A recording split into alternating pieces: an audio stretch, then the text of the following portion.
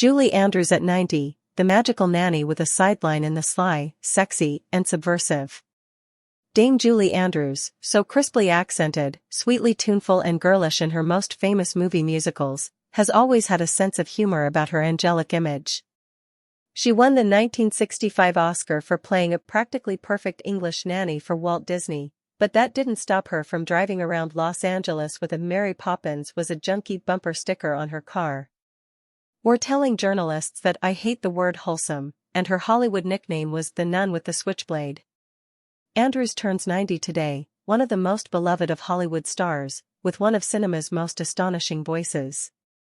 She can look back on a fascinating film career that includes such sweet spoonfuls of sugar as Mary Poppins, 1964, and The Sound of Music, 1965, to The Princess Diaries, 2001, but just as many films that are explicit, dark, or just plain surprising. Andrews grew up in the Blitz. She was born in Surrey in 1935, but moved to London.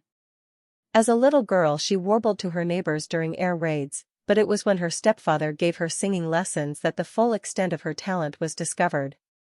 At the age of 8, Andrews had an adult larynx, and a clear soprano voice with a four-octave range.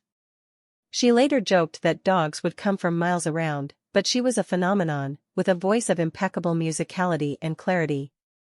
Andrews started out in music hall, and did the Royal Variety performance when she was only 13, before getting regular work at the BBC.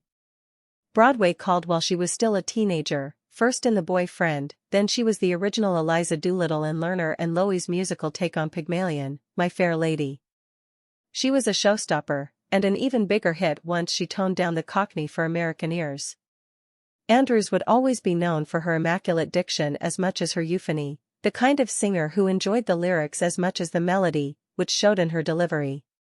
The tale is well worn that Jack Warner rejected Andrews for the movie version of My Fair Lady in favor of a bigger star, Audrey Hepburn, who had to be dubbed for the songs. It's forever to Andrews' credit that she was cheeky enough to thank him on stage at the Golden Globes for freeing her up to do Mary Poppins. World domination fell neatly into place after Andrews embodied Maria, the sweetly rebellious nun in mega-hit musical The Sound of Music. But in between, Andrews tried to shake off typecasting before it began, by starring in D-Day comedy drama The Americanization of Emily, 1964.